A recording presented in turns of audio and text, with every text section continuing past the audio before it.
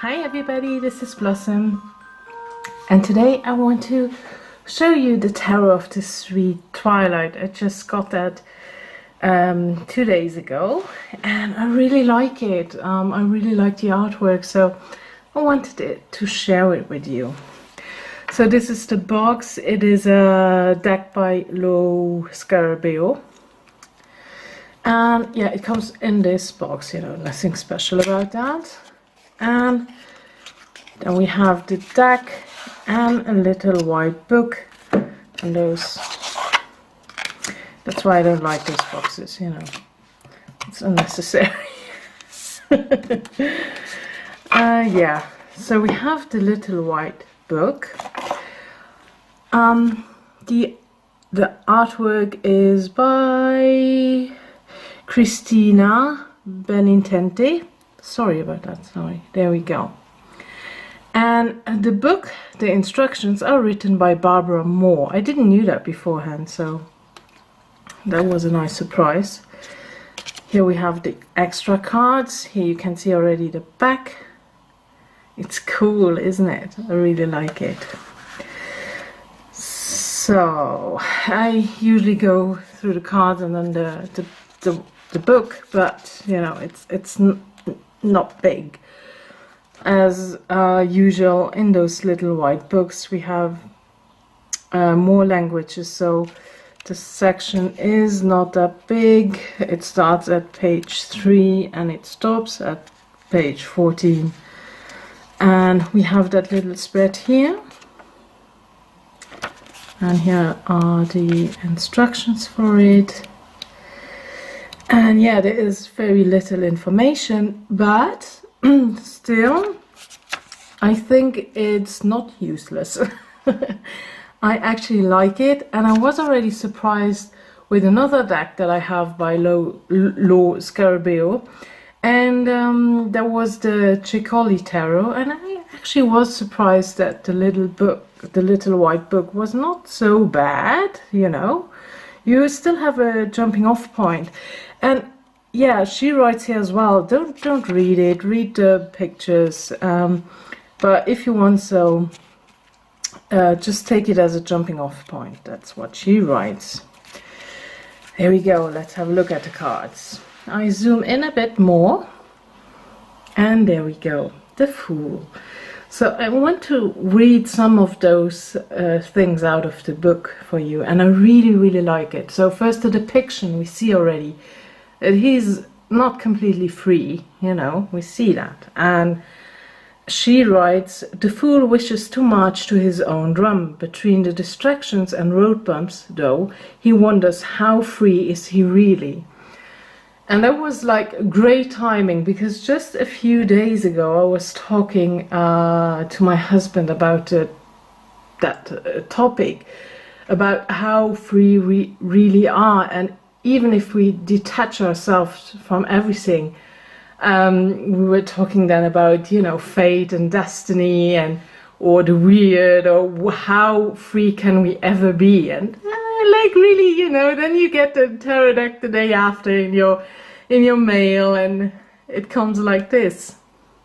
So that's pretty cool. Then we have the Magician. The High Priestess is familiar with the life that goes unseen beneath the floors and in the walls. What others may demean, she values and protects. Yeah, like we can, you know, the mice. That's what she protects. That is what often goes unseen. Then we have the Empress. The Empress holds the world even while she is part of the world.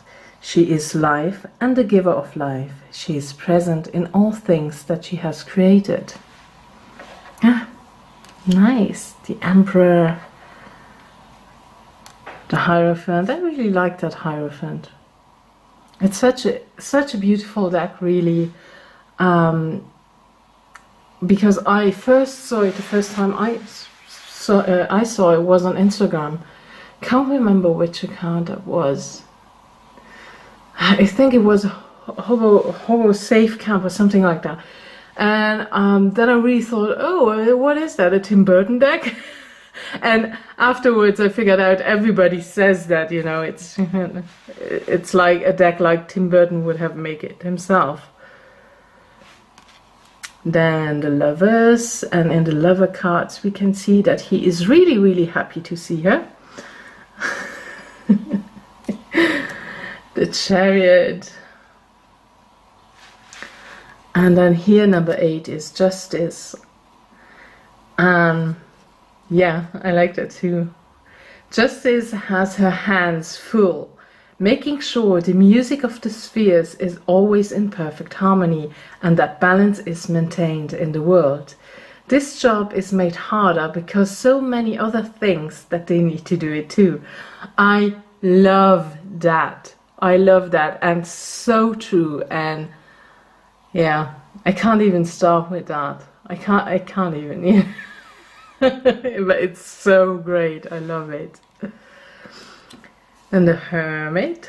If you follow me for a while already, you know that's my favorite card, and also my birth card. And yeah, really love the Hermit card. Then we have the Wheel of Fortune. I love the depiction here as well. The Wheel of Fortune will turn and go and stop however it wishes. Although your actions power it, you can have no idea what really will come. So you may as well have fun while you're at it. Well, true. And then we have number 11 with Strength, and how beautiful is that? First we have a Yoda, so for every fan of that's nice to have for you. And then how she gets rid of her mask and she faces the lion without the mask. I love it. Love it. Then we have the Hangman. It's actually interesting. The Hangman tries to possess beauty and truth.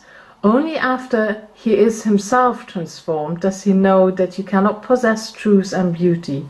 You must become them. Also interesting. Then Death and Temperance.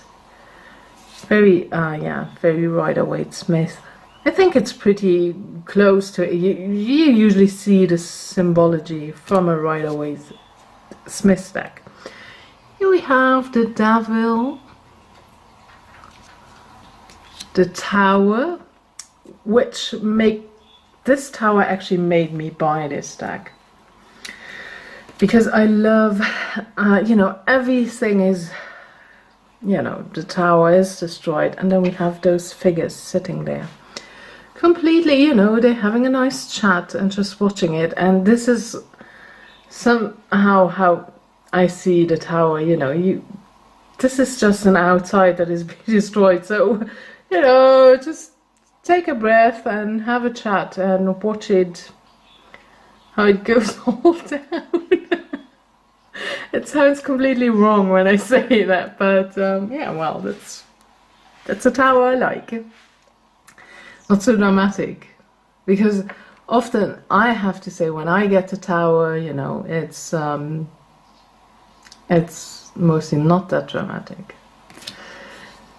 Then we have the Star card, also beautiful, how the star flower puts her stars here in the water. The Moon, also very beautiful. The Sun card, Judgment, very typical. I always like to read the Judgment because it's one of those cards. The dead are not really dead, they are waiting and will be called one day to transform and live as something or someone else. And then we have a world with a tear. All the world with all its joys and sorrows, promises and lies, possibilities and endings is all yours. You need just reach out and receive it. And then we go already into the cups, the ace, which is a bit, it has a bit more of a shadowy side. Then the 2 of cups, which is a normal Two of, well, normal, a typical Two of Cups again. Then the Three of Cups, which I really like not to have three people, because, well, it's more how I personally see that card, and there's me alone swinging in a chair with my animal friends. I love it. Then the Four of Cups, and there we have, what do you think of someone who keeps looking for what she already has? Five. And this, yeah, another great card that I fell in love with immediately. Number 6, Six of Cups, stepping outside the confines and social structure. We can find ways to connect with others. These others may be ones we normally overlook. The ways we connect with will certainly surprise us. I love that so much. It's a very, very personal card, and that depiction is very personal to me. And I just love it. Then we have number 7 with a little the reflection as a skeleton. Number 8. See how she's still connected to the tree here, but she has to move away. Number 9. Maybe I read that as well. Even when buried by our feelings, we may still raise our eyes and our hands toward our goal, our hope, our inspiration. There are times when the only way to go is up. And number 10.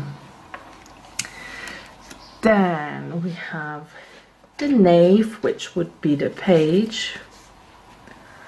And it says, the student of love relies on words and pictures, on art imitating life, to help navigate this new world. Little does he know, nothing but experience can really help. I really love Barbara Moore, how she writes.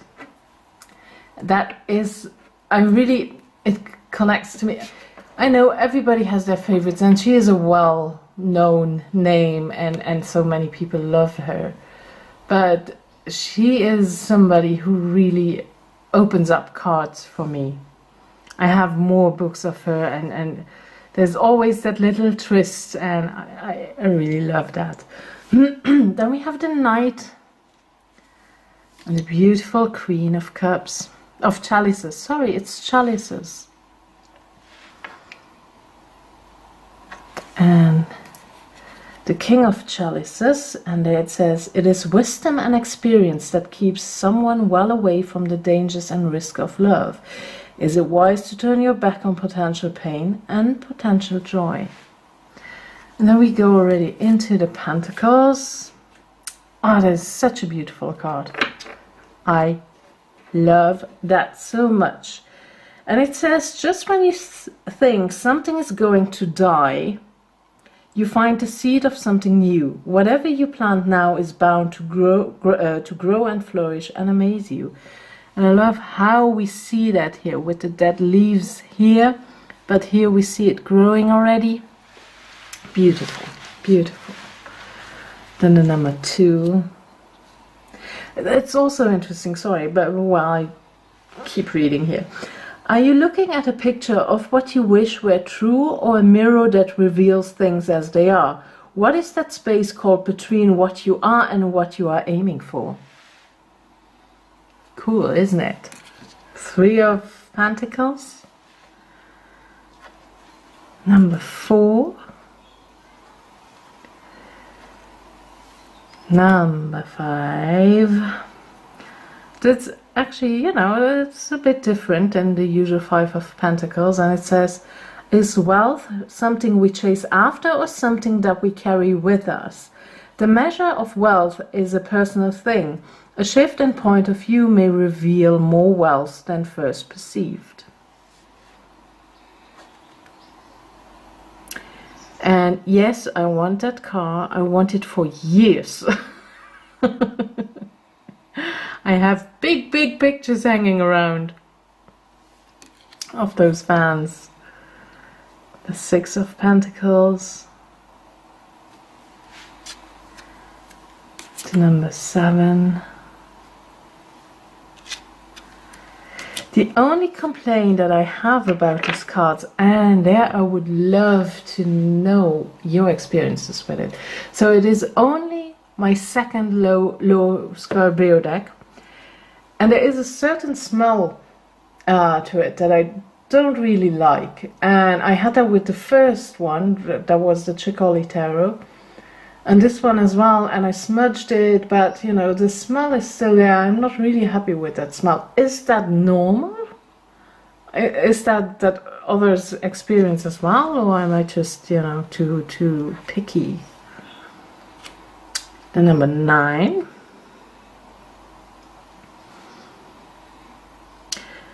What an awesome feeling to be on top of the world, mistress of your own destiny. Good job. You've done very well. The big question now, what next? Yeah. Very good. 10 of Pentacles. And of course, Willy Wonka. With the Knave of Pentacles. The Knight. Being the master of everyday life is a good thing. Stability, comfort and safety result. It is not always enough though when the siren song of adventure sounds. It's enough to make you chuck it all and follow. And the Queen of Pentacles. And the last one, the King of Pentacles. And here we see different people like different things. Those who pay attention can easily please others. However, those who are overlooked will absolutely not be pleased. And we see somebody who is not pleased there. I think they are really beautiful and I love them. Then we come into the Wands. As you saw by now, I didn't mention anything, I just go through. You see different languages, and I'm tempting to trim them down. Well, I'm not sure yet. I'm really not sure yet, but it's nothing I have to worry about yet. Then the Two of Wands. I love that too. It is odd, isn't it, that while there are really so many paths to choose from, that they all in the end lead to the same place. How much does that realization affect our choices? Ooh, I love it. Then number 3. And the number 4. 4 of Wands. It is actually not, you know, sometimes 1 or 2 sentences can be enough to give you that little extra. And then another card that I really like, the 6 of Wands. And I have like a little story with this card, and it says, when the things you've waited for, worked for, is finally achieved, sadness is close on the heels of victory. It is done, and now what quest will fill your days, your heart, your mind? And I really like that depiction, because it is, a while ago I did a bigger thing where I put my heart and my, you know, many hours, so much time in it, so much energy in it, in a project. And so I spent like a year on a movie, and we had actually achieved something with it. You know, all the people who did this movie, I was like the main, I organized everything and I did the editing and everything. And yeah, so we achieved a few things with it. We had radio interviews, and we also had the opportunity to bring this movie to the cinema. So we had this movie at the cinema and we had our premiere, and it was really cool to get there. But the same evening it was like, oh my god, you spent a year on that movie now, and now with that in one moment, as soon as the movie was over and everybody, well, good that everybody was applauding. We had quite a few people then there, but then was like, oh my god, it's over, oh my god. And exactly this feeling came then, you know, what do I do now with my time? That's why I love the Six of Wands. Sorry for going a bit off the topic now, but however. Then the Seven of Wands, very traditional again. And the Eight of Wands. Sorry, my battery died, so the Eight of Wands. And it says, when everything has been carefully constructed, designed and placed just so, all that is needed is one little gesture and everything falls into motion, taking on a life on its own. The number 9. Ah yeah, the number 10, I like that too. It's hard enough to keep track of your own actions and their consequences. Trying to control or manipulate everyone around you is sheer madness. You just need to worry about you. And you know, when I look a bit at this card, you know, they could help each other out. They're all together in this. Then the Knave of Wands. What a gift, being at the beginning of something. There is nothing like the passion and focus of falling in love with learning something new. Then the Knight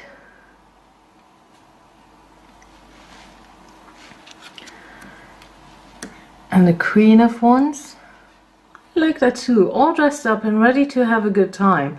But can the life of the party be happy without others to admire her? Sometimes other people are absolutely necessary, which is a problem when they aren't around. There we go. Ten of Wands, King of Wands. And then we go in the last suit, the Swords, my favorite. So it is time. The answer, the solution is in your hands. Unsheath the sword and do what must be done. If you do it well, it will be quick and clean. Then the number 2. Really a fan of the artwork. I like the number 3 too. What she writes about it. She writes, your heart is cut, broken, bleeding, such exquisite pain. But wait, whose hand is holding the dagger? I think that's so important with the Three of Swords sometimes.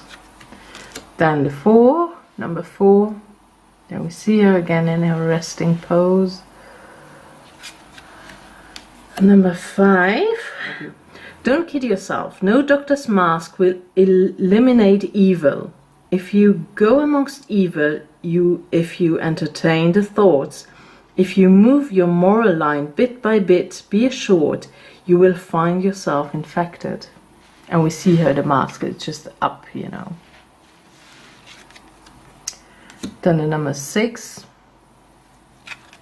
The number 7. I think everything is actually interesting. The number 8. But I won't read them all. Number 9. Oh, it's beautiful too. Because it is just a walkthrough, I want to keep it short, other than normally when I do a review, but I haven't worked with them yet. So, number 10. But I was really excited to you know, when I got them, and I somehow really wanted to share it. That's what we do here on YouTube. Then we have the Knave of Swords. Yeah. Don't know which one to read and which one not. I love that image. The Knight. It always seemed that behind any grand quest there is someone left behind. Ironically, it is often the very person who inspired the quest. Which one pays the greater price? And I mixed that up. So here we have the Queen of Swords. Ah, and I love how powerful she is. Just look at her. Let's just read that as well. Trial by fire is a good way to develop strength of character and wisdom, but people usually choose other paths. Trial by fire, people don't get a choice except in how they respond to the trial. But she's so powerful, and there's something very,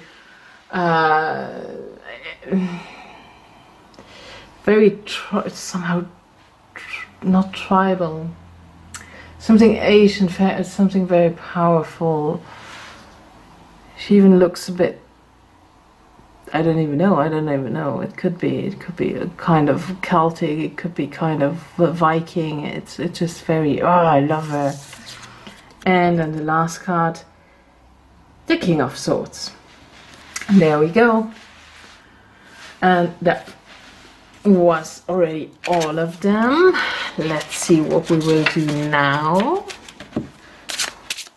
I'm still shuffling because it's new, but it shuffles nicely, so that's a good thing. It's a bit thinner. I never know how important a cardstock is for people who watch my reviews, because I personally don't care so much about it. That's why I never really pay attention, or don't mention it. So I guess most people have more experience with different cardstocks than I am. I'm happy with more or less everything, even a very thin one. So I will stop again because I will shuffle forever. So now a nice setup that you can see. Sorry about the light here, but can't change it right now. This spread is called the Guiding Star. There we go. You can see how it is here. And the first card is here, and this is you. Who you are right now and where you are in your life. And then I have the Strength card that I like so much. Yeah, it somehow fits.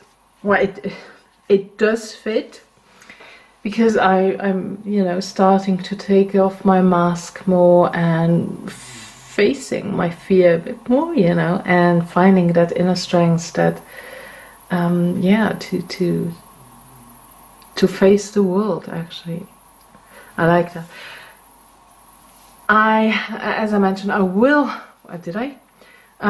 do a very short reading, so I don't want to, this becoming too lengthy, because I will not separate those videos. I have so many videos at the moment going on, and this is just to show you a bit how they work together. So then number 2 is about here, your dreams.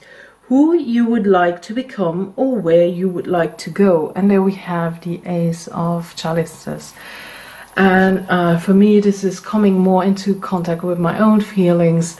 Also, start to embrace them more, and that more free flowing of feelings.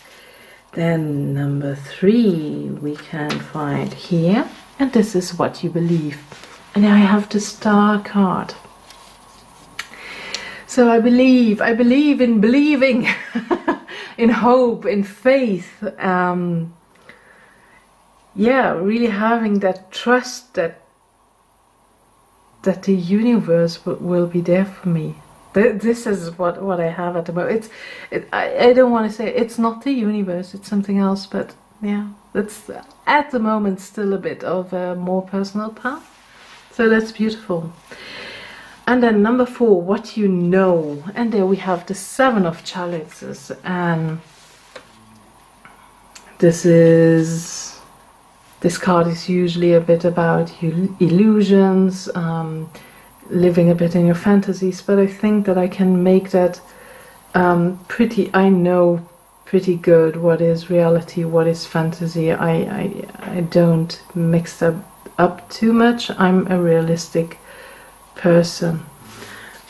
Then the next card is number 5. And there we have the Ace of Wands. And this would be, the question would be what you feel. Oh, this is, yeah, definitely.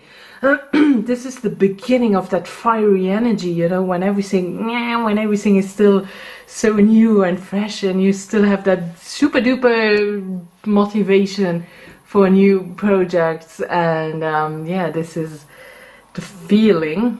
This is about what you feel, and yeah, it's really growing inside of me. It could also be, let's be very down to earth. It's like so hot here, like 1,000,000 degrees here. Today it was so hot, I'm just melting, my brain just melting. And yeah, Ace of Wands would be a good card to represent that. So what I feel is heat. Very easy. And then the last card is what you think, and there I have the Knight of Wands.